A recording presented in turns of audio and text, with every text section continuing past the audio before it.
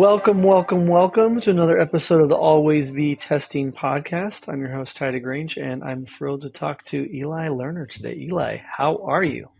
Really good. Excited to be here, man. Good to chat again. Absolutely. It's a balmy 25 degrees here in Austin, Texas. We have a light dusting of snow on the ground, so I'm bundled to the hilt, and I'm not in my normal podcast studio at the Capitol Factory downtown because schools are closed. The whole city shuts down when we get 1 inch of snow in Austin. But what are you gonna do? Yeah, I'm sure that would happen in San Francisco if we got any snow, but we Oh, don't. So yeah, with those probably be hills, you'd be worse. slipping and sliding. It would be really bad. Yeah. We've had a couple good ones here, and this is minor to manageable so far. Fingers crossed. As long as the power stays on, we're good to go. So far, so Yeah. good. Yeah, Eli is a phenomenal growth practitioner. He has done a lot of advisory in-house as well as externally as a consultant. We were fortunate enough to meet at Reforge, which I've touted on the program many times. It's probably the best training platform, in my opinion, for growth and product. And Eli is well versed as a entrepreneur in residence. Is that correct? Technically the EIR at Reforge stands for Executive in Residence. It's a play on EIR because you're not actually building a startup for them. You're building courseworks and frameworks and delivering that stuff. But I Yep, love Reforge. They have some really great stuff. absolutely, highly recommended. And yeah, Eli, maybe tell us a little bit about what are you focused on right now?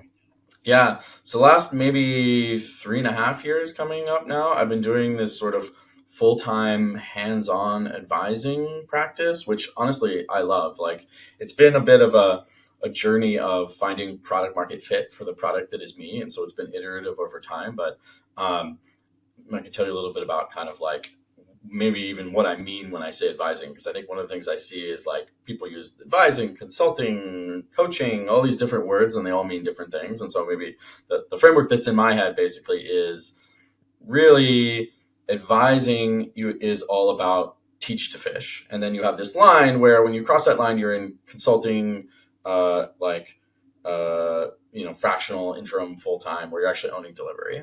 What I do these days entirely is it's all on the advising side of the line. So it's all teach to fish, not delivery, but it's about as close to that line as you can get without crossing it. Right. And so I feel like I found this perfect sweet spot that I really love where I can get deep with the founders and spend a lot of time with them and be there long term, but I'm leveraged enough to do it across a whole bunch of companies at the same time because I'm not crossing that line into delivery. Right. And so maybe just some perspective on the kinds of companies I advise is also useful here. I primarily focus on sort of the software verticals broadly, right? So consumer, marketplace, fintech, SMB SaaS, enterprise SaaS, kind of that space. Includes AI, dev tools, those kinds of things, but like things that are software. So not hardware, not D2C, not biotech space, crypto. I don't really touch those areas, but the software verticals broadly I focus on. And I think like one thing that is unique or maybe common across all those software verticals is like you don't really have a separate product strategy, growth strategy, go-to-market strategy. Like those are really one tightly coupled unit that has a ton of interplay led by that founder CEO in early stage. And so I like that for me allows me to sort of plug in and be that kind of like partner to that founder CEO to help them grow their business broadly across every function at every altitude. Right. And so I really enjoy that. So really what I'm doing is like this really hands-on thing where I'm spending an hour a week with every CEO that I'm working with, sort of pair programming for that CEO job, right? I focus on what is the most important thing to focus their and their org's time on at any given time. What are we doing? What have we learned? Again, across all of those altitudes over time. I also spend some time outside of that, like diving into data, watching qual, getting up to speed enough on their product, their business, their market, their customers to be a thought partner in those weekly sessions, which again, I found that when you're doing the high level kind of like monthly, every other month advising, you're just not close enough to the ground to really be a thought partner. You can share your past experience, but you can't combine the past experience with like where the rubber meets the road, right? Like I feel like I am here because I love impact. Like I'm sort of a builder at heart. And I found that this position sort of allows me to not only bring my past experience, but actually help with the hard part, which is like taking those ideas and actually implementing them day to day. And so that's been really, really fun. I love it. What else can I tell you about that advising stuff? How long are And those engagements, Eli?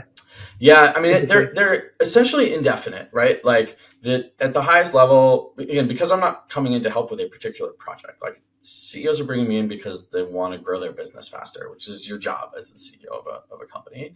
Um, I think what I found is every startup is a series of inflection points, right? And I think people maybe don't always realize that there are more than just like the fundraise. Obviously, the fundraise inflection points are major inflection points.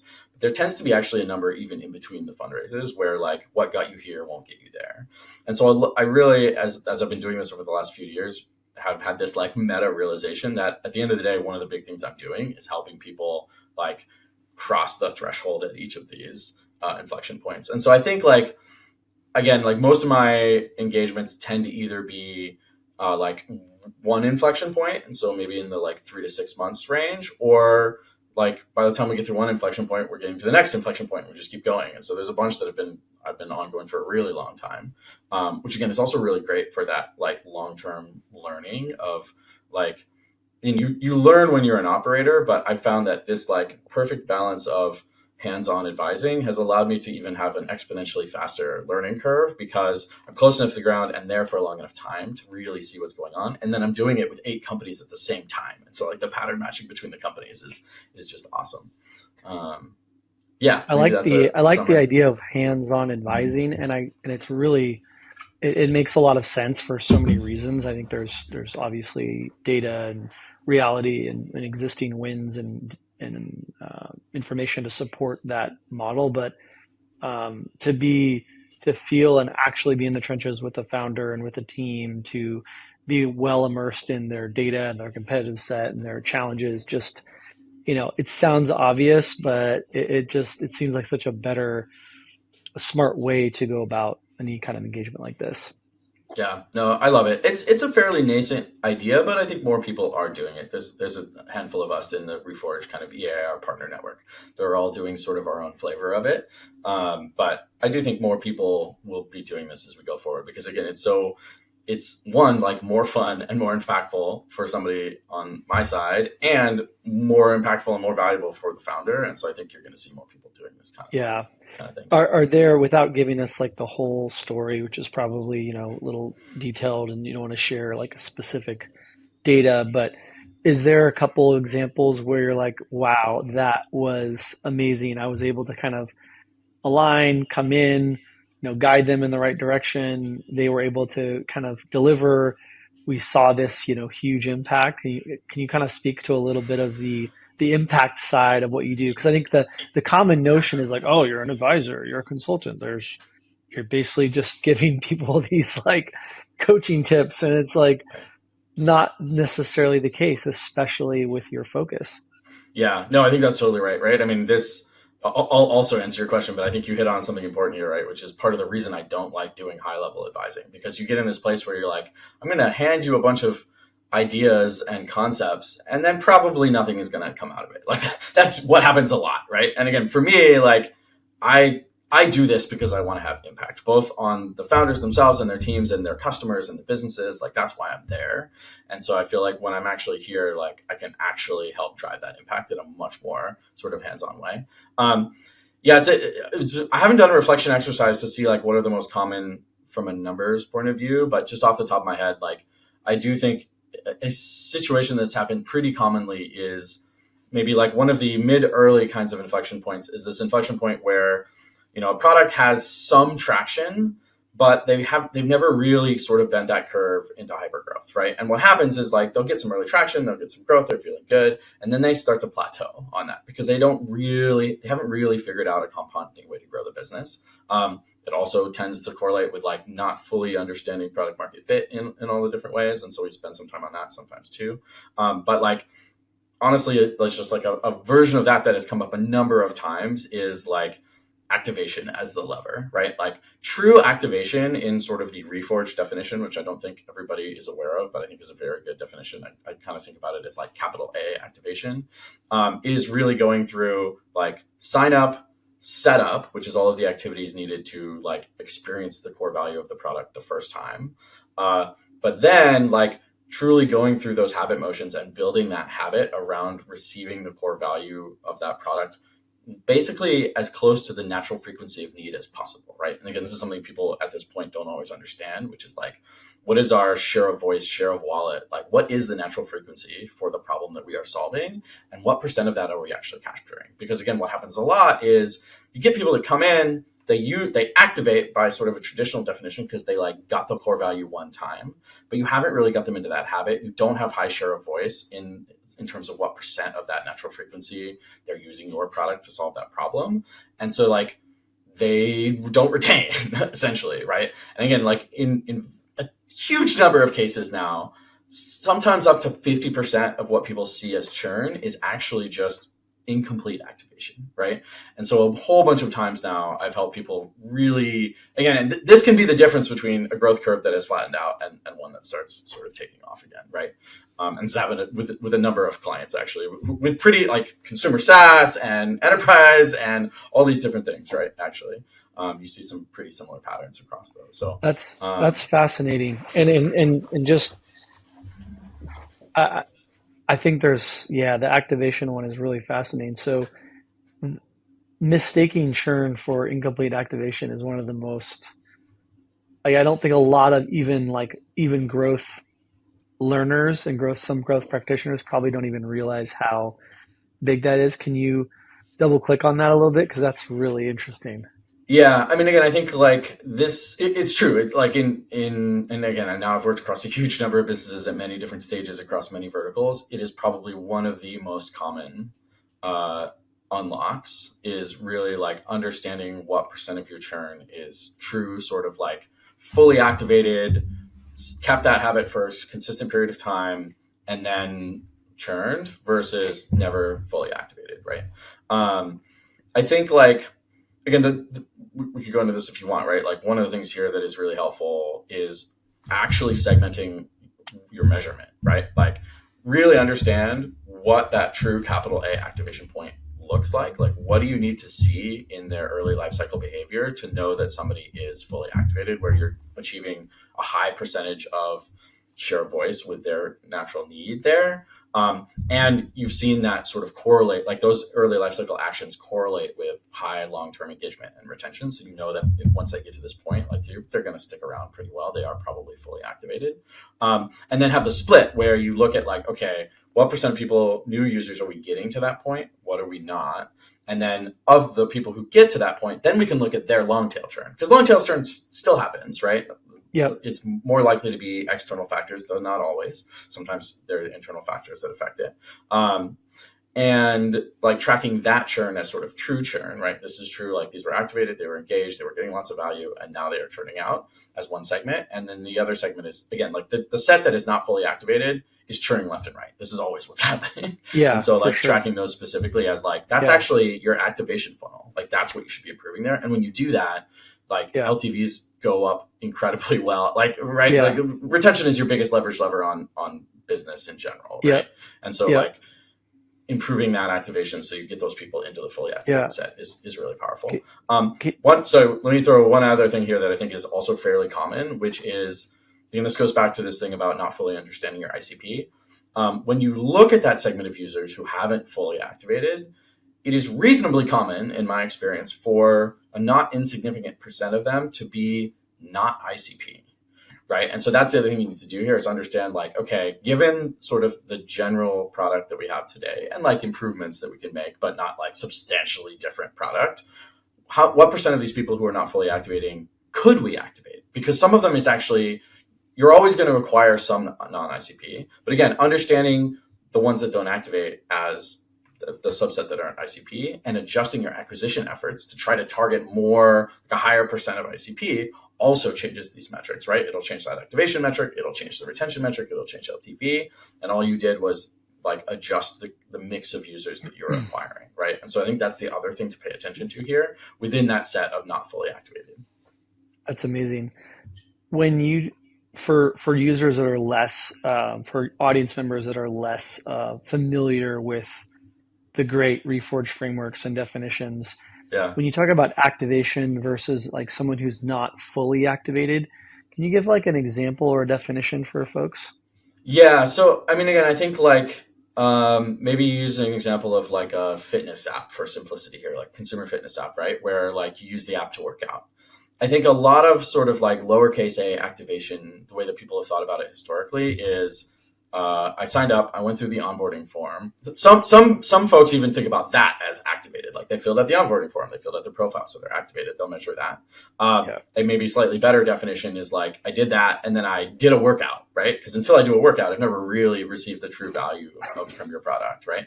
But I think it's a good example, which is like you are very likely to see a whole bunch of people do a workout and then not stick around, right? And like just because somebody did one workout with your product doesn't mean that they are like they've gotten to that point of having an established habit where when they have the natural frequency of need, they're like, oh, I'm going to use this product for my workout, right? That's maybe a more obvious version, which is like I came in, I did the thing, and then I never came back, right? That's maybe more obvious, though again would fit that definition.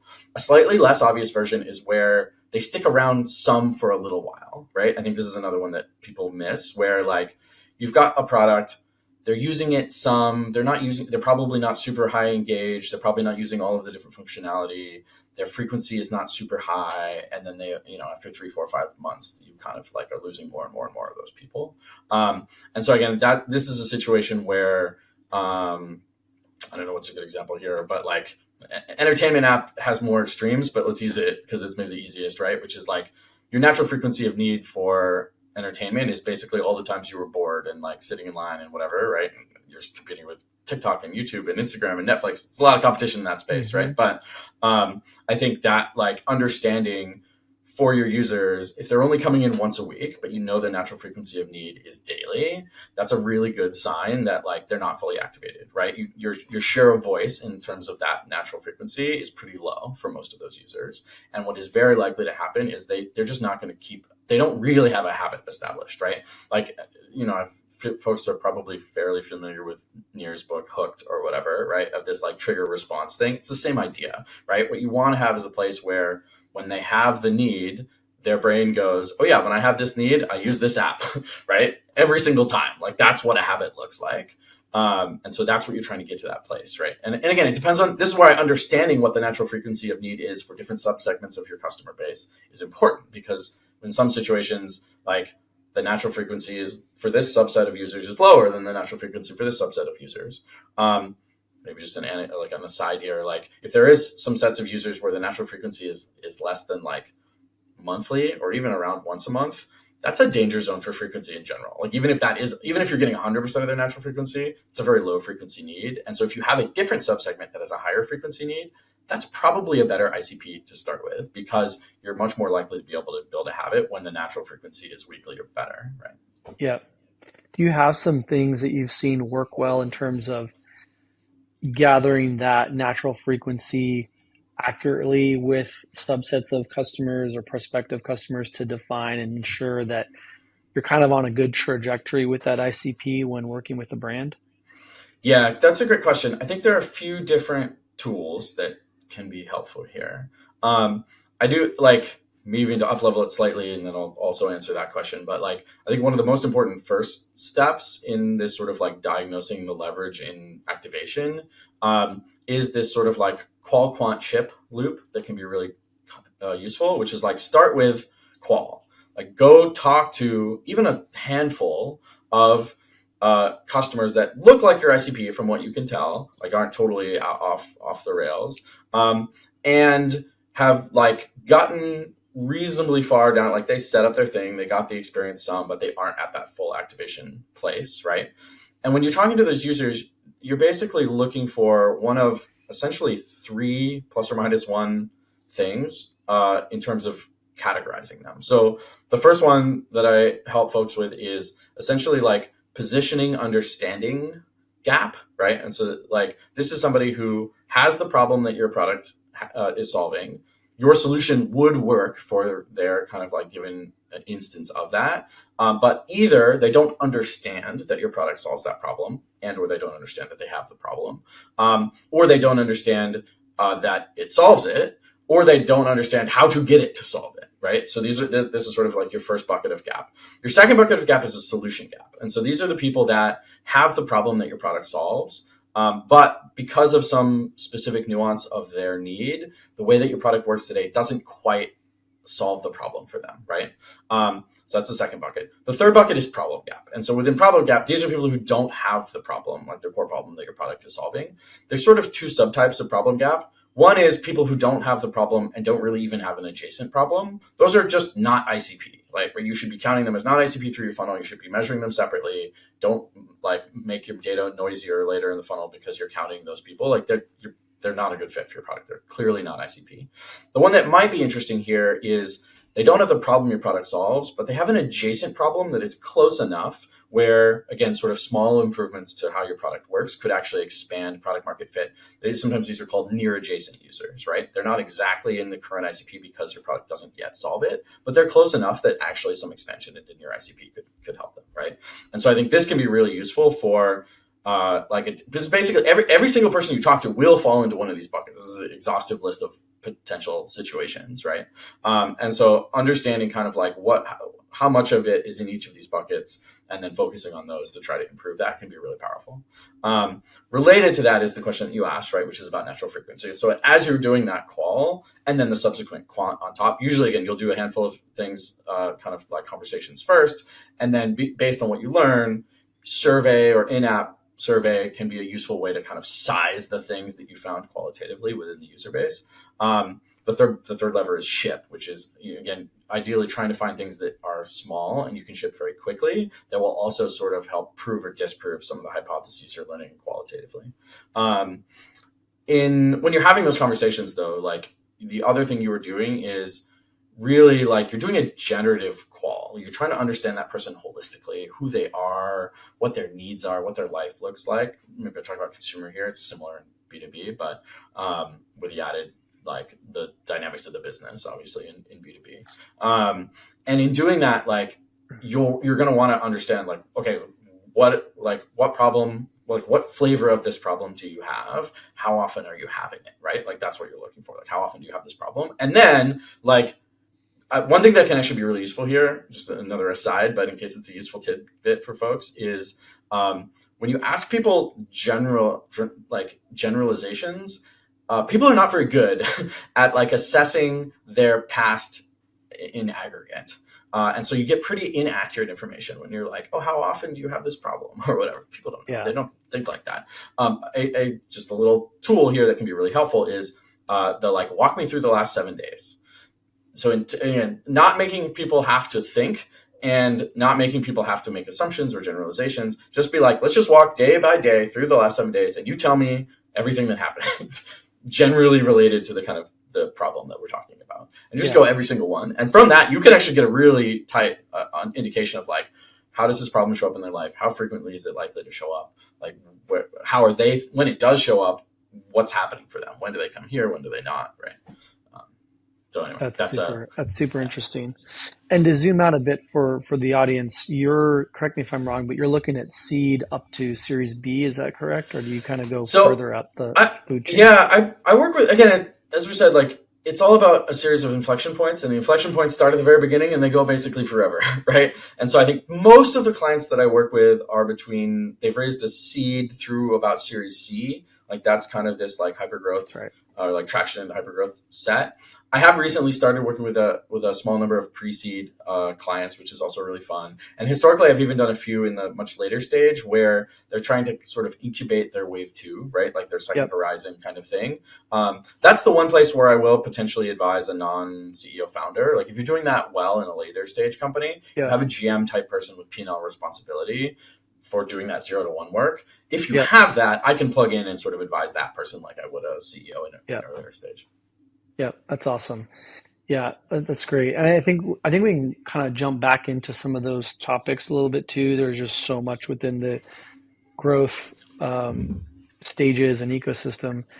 I want to spend some time on partner marketing because it's something that we really kind of lit up with. It's something that's near and dear to us. It's very central to our strategic focus. You had some really interesting ideas around it. I'd love to maybe hear even just like your definition of it as it relates to the types of clients and work that you deal with, and we can kind of go from there. Yeah, no, I think this is a great one because I mean, honestly, like we're where to start here, right? Like distribution is in some ways the only thing, right? Companies live or die by distribution. Um, and I think if you look historically, you see sort of these waves of new models of distribution.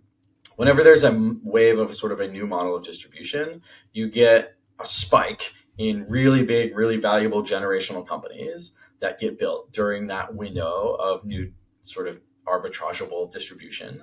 And then over time, again, that sort of it gets arbitraged away and away and away. And what ends up happening so far is that like essentially the platforms end up taking the majority of the value, right? And so again, the first of these was maybe like the web itself, and then you had search, then you had like the first early wave of social, and then you had mobile, right?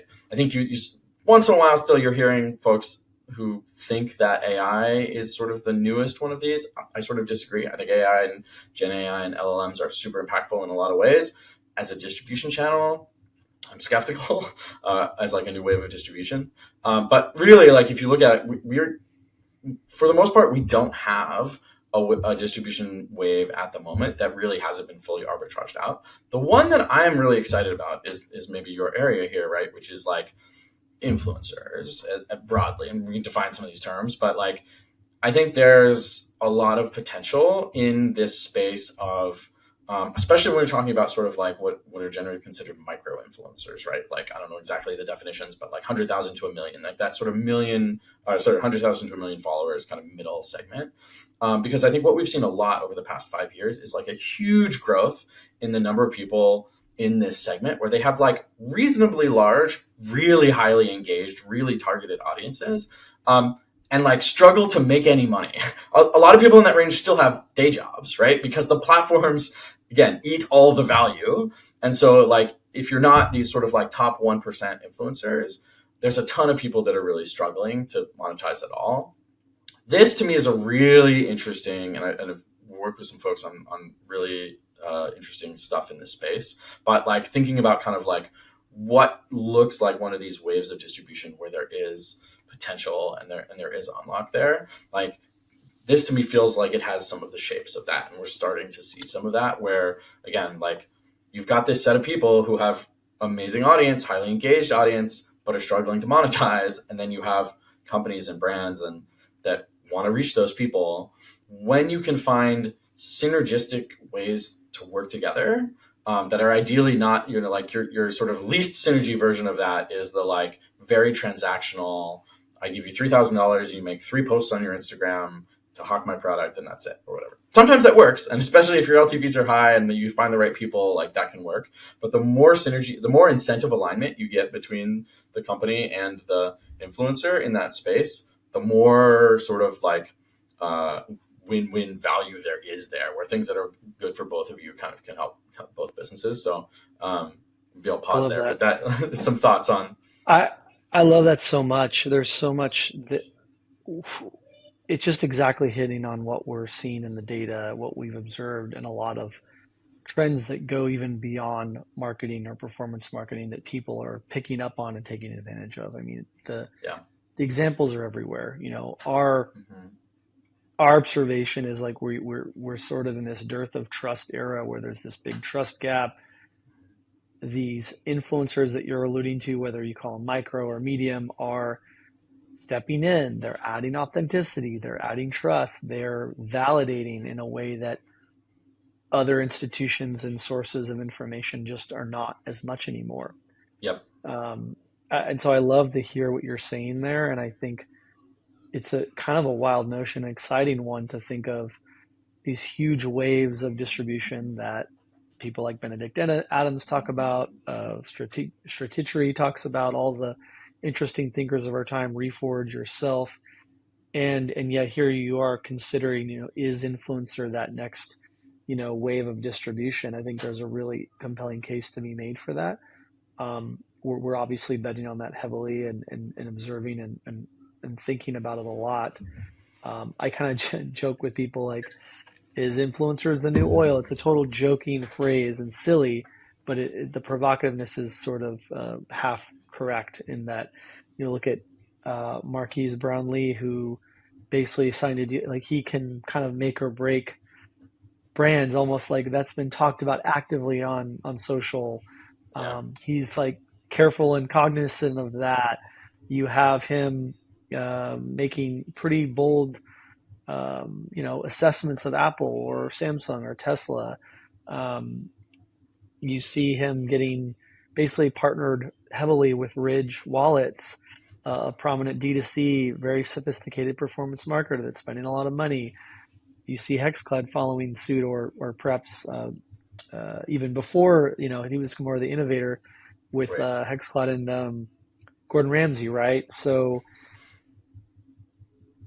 yeah, I'm sure you're starting to see it pop up more with your consulting work and your observations and clients. Yeah. No, definitely. And I do think, like, as I said, there's, especially when you go down to this sort of micro middle influencer set, there is a hunger from the influencers for things like this. Right? Again, because like if you don't have 100 million followers, you don't make a lot of money on TikTok and Instagram and these platforms, right? Like the platform gets a ton of value, you get very little. And so I think this is like there there's something there that has some pull to it, which I think is a really powerful force. I think one of the reasons it hasn't totally taken off yet as like a really prominent thing is it maybe is less it's more complex and less obvious the ways in which you take advantage of this dynamic than in prior waves of distribution, right? Like, I mean, especially search, like it was maybe in the very early days of search, the concepts of SEO weren't around and people had to figure them out, right? There's a complexity there. With social, I think you also had the same thing of like Zynga and some of these others sort of like happening upon ways of using social, like first wave social to be really high distribution. Um, Mobile was kind of a mess when the App Store first launched, right? And you had to kind of like figure out what could actually work there. And so I do think that we're in a similar phase with this kind of influencer wave, if it does become a full scale wave, where like it's not immediately obvious how to make these things work.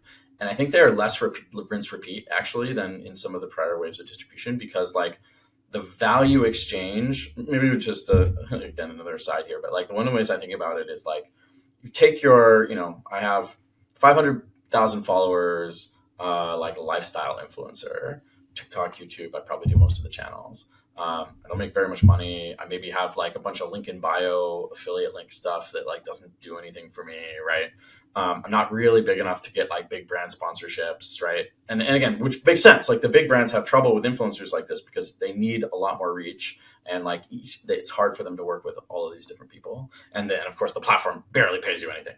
But like the thing that I think about there is value exchange, right? Where like this is a person that has the potential for creating value for their audience, but the platform itself is currently built such that the only value they're incentivized to create is like short form entertainment content, right?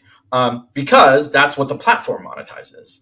But I think that as you sort of like play this forward, finding ways to synergistically work with those kinds of folks to provide like use them to provide value to their audience in a way that is far more valuable and the audience is willing to pay for beyond just like short form entertainment content, right? And again, they're like their audience is hungry for that from them. They in many cases have some of the things necessary to do that. There just isn't a way to meet those in the middle, and that's where again Yeah, like the software, the brand yeah. like comes together. So One of anyway. the things we're toying with internally is kind of um, we've developed kind of like a scoring mechanism, and I like I you step back away from that and talk about that, but there's all these factors that converge on, let's say it's a mid-tier influencer of this 100,000 follower count, if you will. Yes, there's influencers of those sizes that are commercially earning money at some clip on that, whether it's flat fee or commission. Okay, great. But your point is well taken. They're not going to necessarily earn a lifestyle, earn a like significant living off of that. You could, Right. but it's not common. It's tough. Yeah. Um, I feel like there's like this almost quadrant of factors that can kind of make that a magical, better, authentic, distribution. mechanism, right? And so like Mhm. we could probably kind of come up with that pretty rather quickly. But I think that one thing that you kind of referenced is this: there's kind of like mutual selection or buy-in, where this isn't just the brand convincing me with a dollar, waving a dollar. This is like, I'm a user, I'm an enthusiast, I'm fired up about this product or service. Right. Obviously, that's a big factor. Um, I think kind of like that brand customer ICP overlap, right? Like how much of that brand really kind of hits with this particular individual? Is this the exact ICP? Is this, tangential? Is this someone that people that those folks aspire to be? Or Right. so I think there's like all these interesting factors that we could kind of jot down and kind of consider as how strong does this partnership become, and how Yeah. much we've seen this What? multiple times. I think there was like a when I was running the ModCloth partner marketing program, we found like one of the bachelorette who had left and become a small influencer did this like Halloween sweater, and we would get a certain ROI on placements, but like this, like I want to say doubled the ROI that we saw on it, because I think that just kind of like it hit that quadrant just Right. right from an You had off your like incentive. believability, like attract, like I want to be this, or this is just a the product, the influencer, the moment, the photo. Yeah. Um, and I think you could make the same case for technology and software. Mhm. Definitely. I mean, again, I think what I would describe what you're talking about is incentive alignment at its core, right? And like the more incentive alignment you have, the better this goes. One thing that I was thinking about as you were saying that is this. I think there's also this aspect of like early adopter, early majority, late majority, kind of the crossing the chasm framework here, where especially for early stage software startups, you tend to be in this place where like your solution to the problem works for the early adopter set of that ICP, because early adopters by definition can sort of like see through the noise and kind of go through some pain to get the value, even though the product isn't quite like as mature yet. I think a thing that is always challenging for startups as they kind of go through this period is like they'll acquire these people who are ICP, but they're maybe more mid late majority ICP. And so the product just isn't all the way there yet. One of the amazing things I've actually seen happen with influencer in this state is like when that influencer is that early adopter, it's actually valuable to their audience to show their audience how they're getting value from this thing that those people couldn't figure out how to get value from. And so basically what you're doing is like, you're taking this early adopter person who can like pull the value out of your product, who happens to be on stage with like 100,000 500,000 other people like them who are not early adopters, where they're like, oh wow, this is so helpful, like I also have this problem, and like, yeah, I heard of this app, but like I couldn't figure it out, right? And they're like, oh wow, this is actually valuable for me as your audience member, you are giving me value, so now the influencer is getting what they want. And then for you with the company, like you're literally having the early adopter teach all of the late majority that they can get this value and how to get it, and they already have distribution. Right? Like that to me is like one of the perfect examples of sort of this like incentive alignment synergy that we're talking about here. Dude, I really like that thought of like how can you're sort of dog fooding it, and you're kind of opening up things and saying, hey, this is what's working, this is what's not. I think that's where that candor and that real blunt honesty kind of comes into play. And we drop some fun stuff in our latest newsletter on just trust, and that's really the center of everything we're doing with third party influencers Mm-hmm. and creators and affiliates. And just I think you just hit the nail on something that I picked up on. I did like this little review of like, okay, you look at like Mel Robbins, who's like the taking over Rogan on the charts, which is crazy. You think about Rogan, you think about Barstool Sports and like Call Her Daddy and Gwyneth Paltrow and all these, like they've kind of nailed it, right? Like because they've gotten to scale, they've blown up in terms of just popular success, but it's for good reason. They're like Right. very unabashedly, this is what I am. I Hmm. watched the last night's national championship. I watched. Guess which version of the broadcast I watched? I watched the um, Pat McAfee version. Comedy, entertainment, like dropping inappropriate statements like that. I think there's some interesting overlap between that level of truth and being like, hey, I can't get it to work here. I am trying to do this with the software at this stage of the business. I would love for it to do this, and this, I think that trust building where there's like, hey, I don't know, I'm human, I'm figuring it out. Like I think that just gives people so much more than anything that's a polished perfection attempt, which is where all this seems to be going, don't you think? Yeah, no, I think that's right. I think like another way to think about, in some ways, you're talking about sort of like the cross of authenticity and personalization, right? If you think about these pieces, where like historically in media, people had to get a very watered down, genericized message and version of things because it was mass market. Like there's cable channels, whatever, like that's all we got, right? Yeah, I think Mad Men. influencer, exactly right. Influencer has now enabled the rise of, like you said, there were 10 different versions of that broadcast, and you pick the one where the attributes of that creator match the attributes of you. This is what ICP is all about. ICP is about the idea that like people are not just like one of five generic like demographic buckets. They are complex people with a number of attributes that matter, right? This is another thing I think people don't always realize about the concept of an ICP as an aside, which is like it's not a persona, it's a set of attributes, right? And influencers is this place where, again, these creators have this set of attributes, and so they create content that fits for people with those set of attributes, and they build trust and authenticity because they are that person, and they attract people like you who also have that same set of attributes and are looking for that. And then there's another one who has a different set of attributes that attracts a different set of audience, right? And so I think that, and like because that's so authentic, and it builds the trust, as you said, right? This is really that person because they're not trying to be the thing for everybody. They're just being the them. And again, until the sort of modern age of social and influencer, that wasn't possible because there was no way for people to kind of like discover the sort of overlap in attributes that match them, and now there is, right? I think that was sort of like the why now of why this distribution wave has potential, and then the next unlock is like how do you unlock that synergistic value exchange? That's the next piece, because the first pieces are there, the audience is there, the authenticity is there, the personalization of the attributes is there. Yeah. Yeah, our theory is we yeah, and I'll probably pause there not to go too hard down the pitch, but Yeah.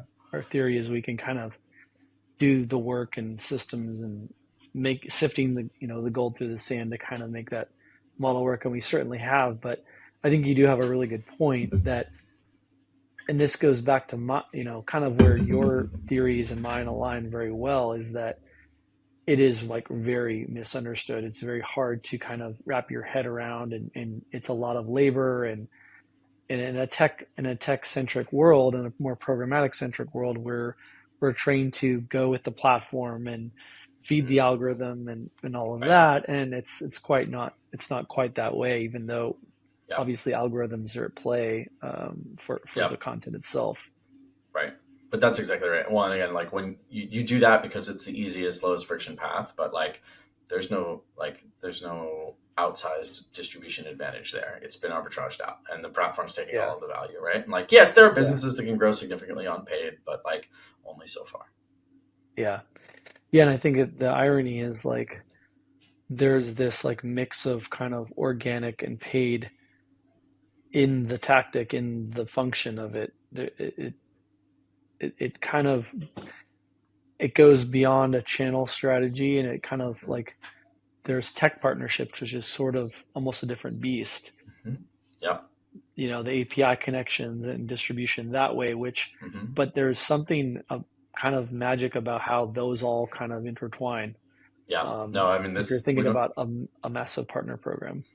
we don't have time today, but we could do a whole podcast on like again, Reforge calls this a content growth loop, right? And I think this is an important thing, which I've worked with a number of people on, is this like the idea of thinking about a content, if the content growth loop is your primary growth loop, like this is a holistic thing. It's not about a particular channel. Like channels are a piece of it.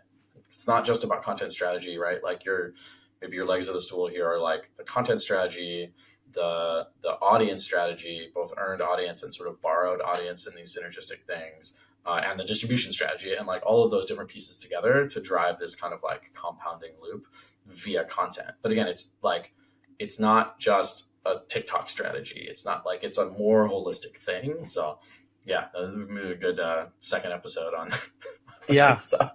I love it. I mean, just to pause for a second, we dropped some really good stuff in 50 minutes. In my opinion, and if there's anything you want to clarify or add or go deeper on or go longer on, I'm not super, but I could also say like, hey, let's give it to our editors and chop it up and go ham and see what they come up with. And Yeah. we can always record or clarify things if we have to. I'm trying to move to as I shared, doing more like recaps and intros to kind of like, okay, hey, let's break down quickly what we're going to talk about. Right. Here's my chat with Eli. Whereas Yeah. before I wasn't doing that very effectively. I just kind of Right. like go long form, and that Yeah. doesn't hit as well. Yeah, no, I think that's a good, again, I can go deeper on every single one of these topics, but you got to make it in a consumable format. So my Yeah. instinct here is like, go ahead and edit it up, send it Yep. over, and then I'll listen through it and see if like, okay, here's a place where it actually would be useful to even just like record another 2 minutes that we can stick in here or whatever, right? Like, Yeah. find it if there's Yeah. anything like that. Appreciate that, Eli. Yeah, man. Thanks for This taking is the always time, fun. and that was Yeah. fun. And I'm Yeah. gonna go check on my fireplace. Yeah. Good luck. Stay warm, man. Rock on, dude. It was a Have a pleasure. good one. Yeah.